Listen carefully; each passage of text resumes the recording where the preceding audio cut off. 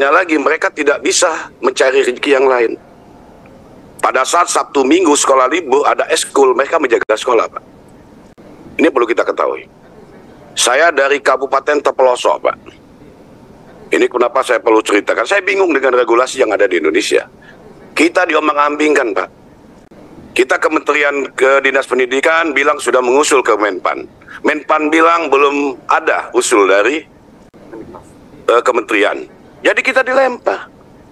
Tadi yang disampaikan oleh ibu-ibu dengan yang di atas ini, Pak, kalau kita mau dengar satu-satu kami di daerah, Pak, nggak habis-habis. Nah, saya minta, Pak, ini kita udah di ujung tahun politik kita, Pak.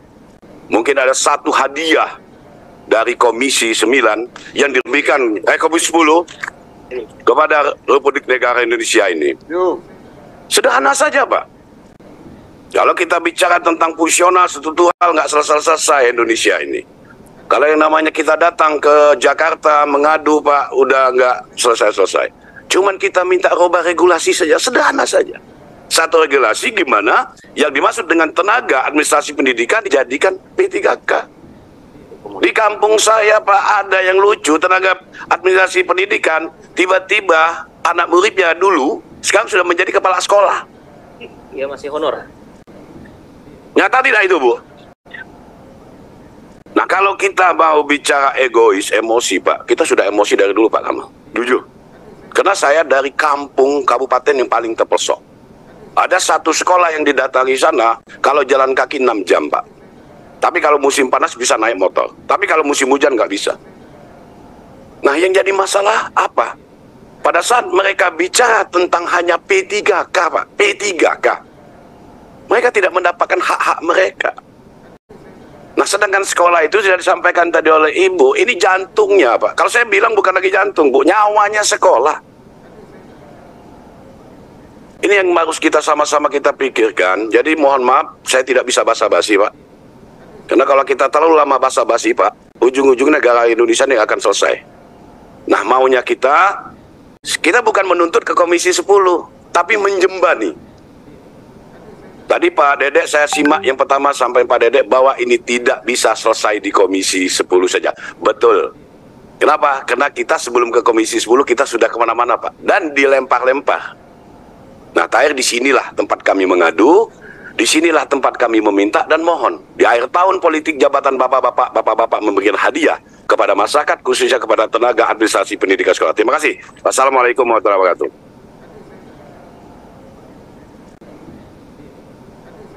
Memang ngeri ini kalau dengerin politisi sudah bercakap ini. Selalu targetnya adalah 2024. Nah, gitu. Cukup dari kawan-kawan. Saya pikir saya sudah menangkap, atau mau tambahin silakan. Baik. Assalamualaikum warahmatullahi wabarakatuh. Alhamdulillah, puji syukur kepada Allah Subhanahu wa taala telah diberikan rahmat nikmat Islam, nikmat sehat, yang paling utama nikmat kesempatan sehingga kami bisa diterima oleh pimpinan Komisi 10 walaupun banyak halangan dan rintangan, Pak. Masuk ke rumah sendiri, tetapi mungkin agak susah, Pak. Kalau saya pulang ke rumah, assalamualaikum, langsung dibukakan pintu, Pak. Tapi ketika kesini, rumah saya sendiri, rakyat kedatang ke rumah, alhamdulillah sambutannya sangat ramah, di stop di pandal, Pak. Itu alhamdulillah sangat ramah, di stop di pandal depan. Padahal sudah resmi kami minta beraudensi, kami bukan demo. Beraudensi menceritakan keluh kesah kami, semoga pimpinan dapat memperjuangkan nasib dari rekan-rekan kami tenaga kependidikan di sekolah ini. Baik Bapak, mempersingkat waktu, perkenalkan nama saya Di Chandra, jabatan di SNW ini Sekretaris SNWI, berasal dari Kota Lubuk Linggau, Sumatera Selatan. Terima kasih Bapak. Tidak banyak yang saya ingin sampaikan.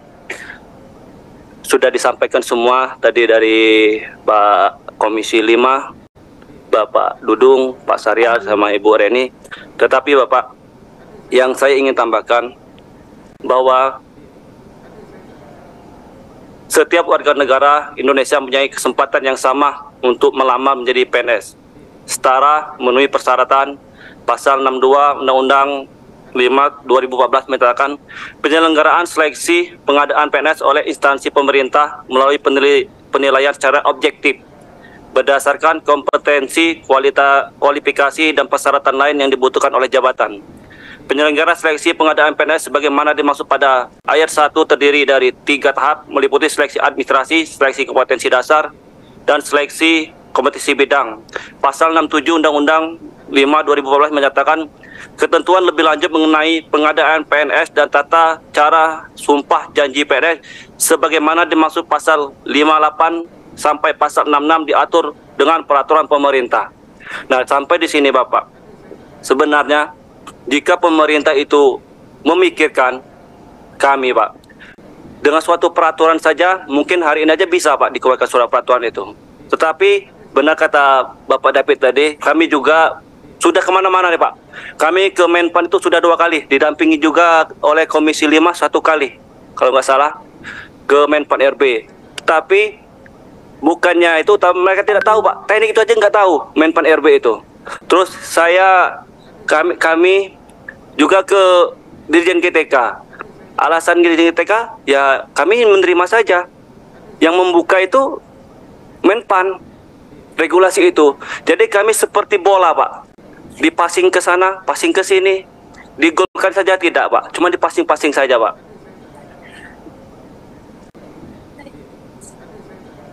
Selanjutnya Pak, daerah dipermasalahkan. Di daerah itu juga ada Pak.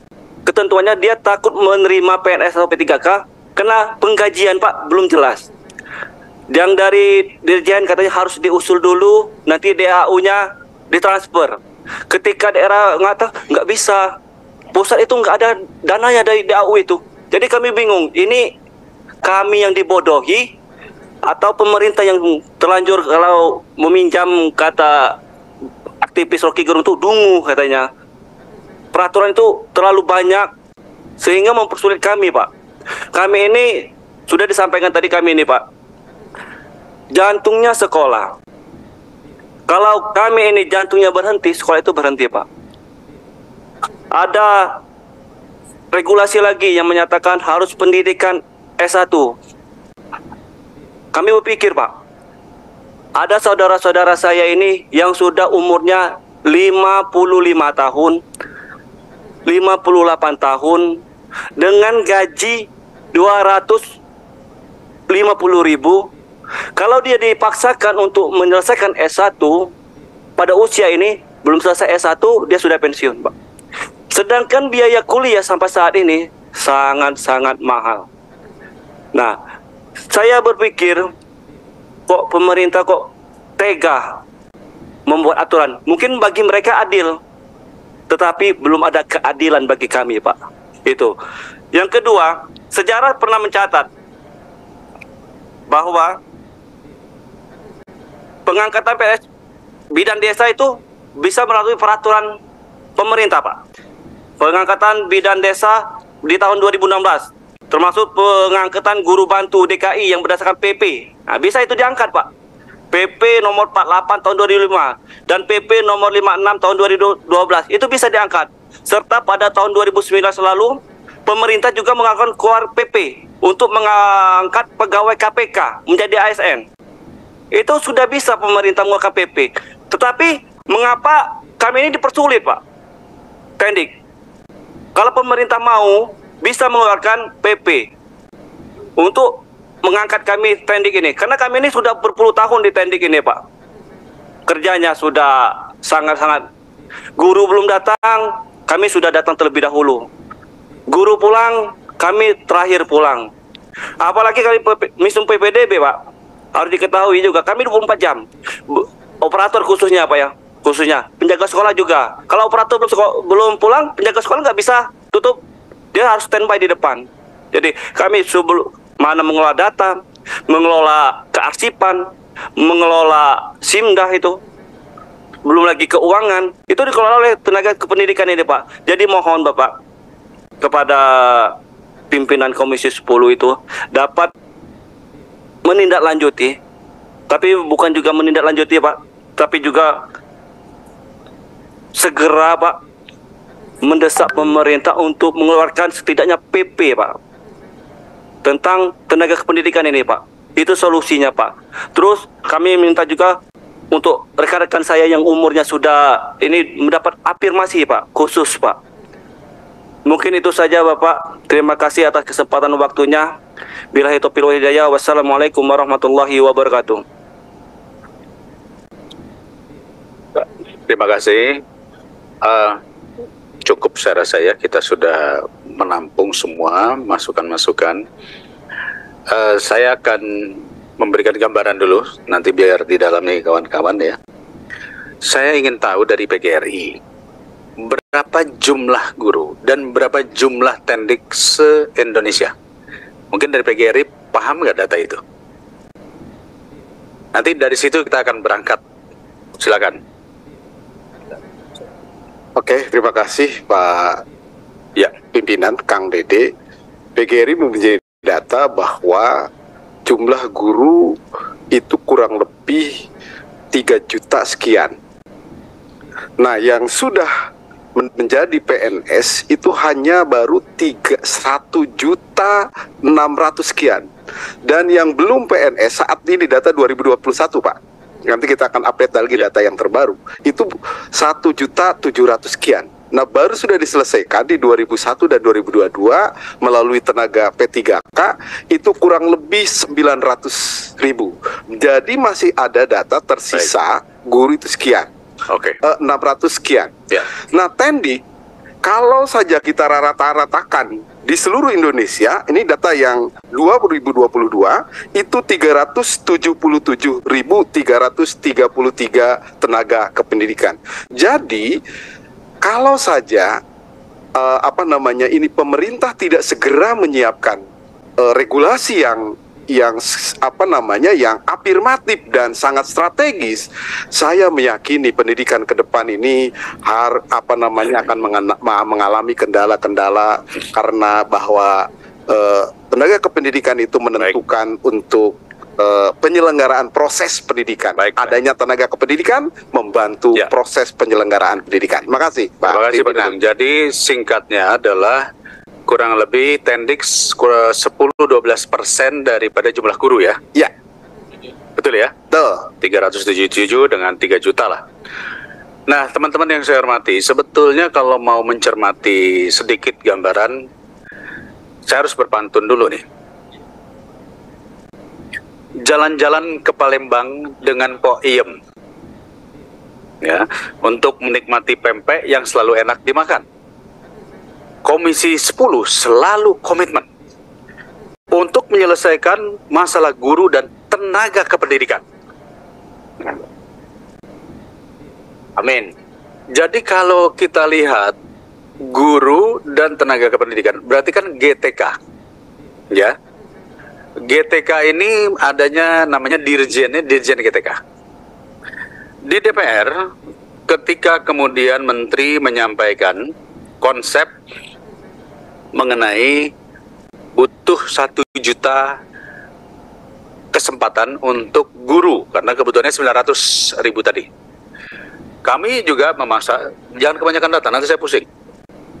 Kami juga meminta kepada Menteri, tolong tenaga kependidikannya. Ya, kita lihat review tahun 2000, mulai kita tahun 2019, 2020, 2021 sudah mulai dibuka. Tadi Pak Dudung bilang dari 1.600.000 sekian atau 1,7 juta yang belum PNS, 900 sudah masuk.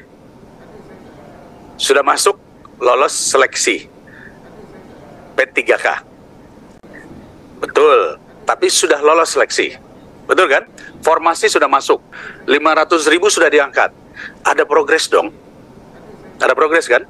Berarti Komisi 10 sudah bagus dong. Benar nggak?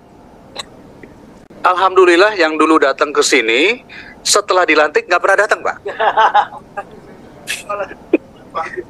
Nah, sekarang kami juga sudah membuat panja. Panjanya namanya Panja Pengangkatan GTK Honorer menjadi ASN. Dan rekomendasinya saya bacakan, nanti saya akan berikan kepada Bapak-Bapak. Ada 2 panja. Yang pertama panja pengangkatan guru honorer GTK, dan yang satu lagi panja formasi GTK P3K. Berarti sudah 2 panja. Kewenangan DPR itu cuman ada di panja, pansus, dan angket. Betul kan?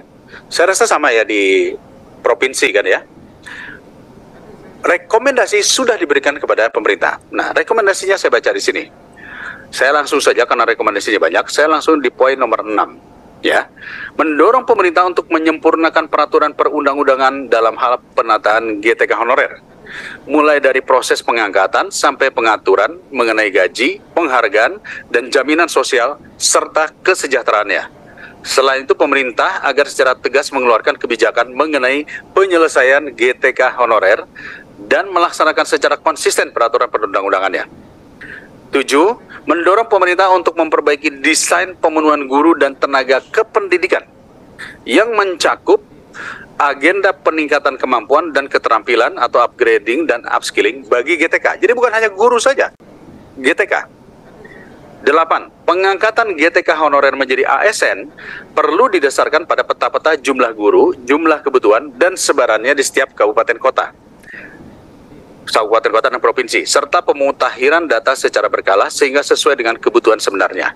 9. Mendesak pemerintah untuk merumuskan kebijakan berkesinambungan mengenai penyelesaian GTK honorer mulai dari tahun 2021 sampai tahun-tahun berikutnya dengan didasarkan data yang akurat dan kondisi nyata di lapangan.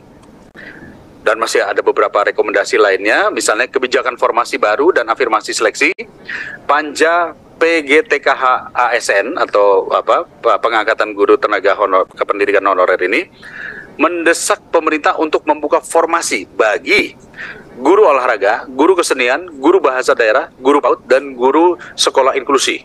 Jadi semua ini kita sebutkan, ya. Mendesak pemerintah memberikan kesempatan bagi guru honorer penyandang disabilitas untuk dapat mengikuti proses seleksi menjadi ASN. Lalu ketiga, mendesak pemerintah membuka formasi P3K untuk tenaga kependidikan serta membuat jabatan fungsional baru bagi tenaga kependidikan sekolah dalam formasi P3K. Jadi ini udah ada, Pak. Ini panja pengangkatan. Lalu kemudian karena waktu itu daerah banyak yang tidak berani mengusulkan formasi karena masalah soal anggaran, kami bikin lagi panja formasi, ya. Di dalam panja formasi ini antara lain ini terkait lintas KL juga ya, mendesak pemerintah agar seleksi guru sekolah negeri tidak hanya melalui jalur P3K tapi juga melalui jalur PNS, karena banyak juga orang mengatakan ini karena masuk semua di ini kami, ini kok yang diberikan perhatian hanya ASN saja, bagaimana dengan yang swasta? Ya, ramai lagi sekarang ini yang diangkat kebanyakan guru yang sudah lama, kami yang fresh graduate nggak dapat kesempatan. Ada yang sudah diangkat pun kami bajunya tidak disamakan dengan ASN, kan begitu. Jadi setiap kebijakan pasti akan melahirkan permasalahan yang baru. Tapi kita lihat dari sisi positifnya, sudah bergerak secara pelan, ya. Poin 11, mendesak Kemendikbudristek RI bersama Panselnas untuk memastikan tenaga kependidikan masuk dalam formasi seleksi GTK P3K tahun 2022. Jadi tahun 2022 kami sudah memberikan atensi khusus. Nah, saya mau cerita nih sedikit. Jadi Komisi 10 ini sudah, Bapak-Bapak ini sebetulnya boleh dikatakan sudah selesai memperjuangkan kawan-kawan guru dan P3K. Namun realitanya tidak muncul, ya kan? Maka kami panggil lagi, kami tanyakan. Jawabannya selalu pemerintah daerah tidak mengusulkan. Jadi kita juga bingung nih sekarang. Nah, pemerintah daerah kan yang tahu, kawan-kawan dari Komisi 5 tentunya, ngusulin atau tidak. Kedua, Kemenpan RB juga kami tanya. Jawabannya adalah kami semua bergantung dari kesiapan alokasi anggaran yang ada. Mana yang lebih diprioritaskan.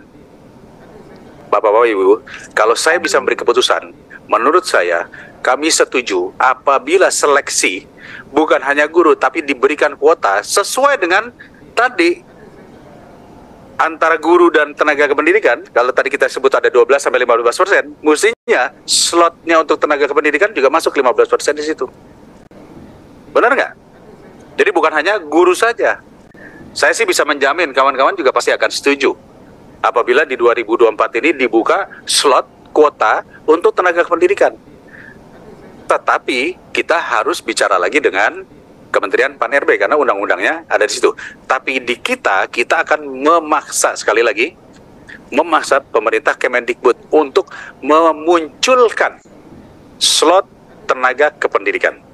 Nah, ketika berbicara tenaga pendidikan kan banyak tuh, ada operator, ada penjaga sekolah, ada macam-macam. Bahkan banyak kepala sekolah merangkap jadi operator juga. Iya kan? Harus jelas yang mau kita perjuangkan siapa. Dan kemudian linearitas tadi kan, karena tidak semuanya sarjana. Ini harus ada afirmasi khusus. Saya juga akan mengepil pada kawan-kawan, kita beri afirmasi dong. Masa penjaga sekolah harus sarjana? Kalau dia sarjana, nggak jadi penjaga sekolah dong. Nah, kita harus berikan afirmasi khusus. Paling tidak SMA atau sederajat. Iya kan? Nah, ini kita akan perjuangkan. Ya, tapi saya yakin perjuangan belum selesai. Makanya saya nggak akan menyebut Amin dulu, karena Amin itu calon yang lain. Ya. Alhamdulillah. Alhamdulillah. Kita akan perjuangkan. Semangat. Oke. Semangat kita sama, Pak. Semangat kita sama, ya. Jadi, ya, belum Pak, belum deal, Pak. Semangat kita sama. Jadi, apalagi nih kami di Komisi 10, Panja sudah, tinggal Pansus. Iya kan? Kalau Pansus, kita harus berbicara dengan pimpinan DPR dan berbicara juga dengan komisi lain. Saya pada saat itu didampingi bersama dengan Ketua Komisi 10, saya datang rapat dengan Pak Muhaimin sebagai pimpinan DPR, dan kami mengusulkan Pansus honorer. Pak Muhaimin setuju. Tapi sampai sekarang belum muncul. Jadi belum amin, Pak. Bapak harus datang nanti ke pimpinan DPR, karena kunci Pansus adanya di pimpinan DPR, Pak. Kami resmi, kita resmi ya. Kita resmi mengusulkan Pansus pengangkatan honorer. Nah, perlu dipikirkan Bapak-Bapak, ternyata kalau di Komisi 2, pengangkatan honorer itu tidak hanya urusan guru. Hampir semua, Pak, hampir semua pengen jadi ASN. Bayangkan, hampir semua kementerian dan lembaga itu pengen jadi ASN. Padahal yang kami inginkan adalah yang kita prioritaskan honorer yang satu secara teknis menguasai. Kalau operator menguasai teknis, Pak, ya kan? Nah, ini yang harus kita perjuangkan supaya tidak akhirnya semua pengen masuk menjadi ASN, tetapi key performance index-nya itu tidak sesuai dengan yang diharapkan. Jadi oleh karena itu, saya izin, ini hanya pembukaan saja. Saya rasa Pak Muji, Pak Amure, Bu Lisda Joni hadir sini, Pak Mustafa bisa memberikan pendalaman. Saya persilahkan kawan-kawan.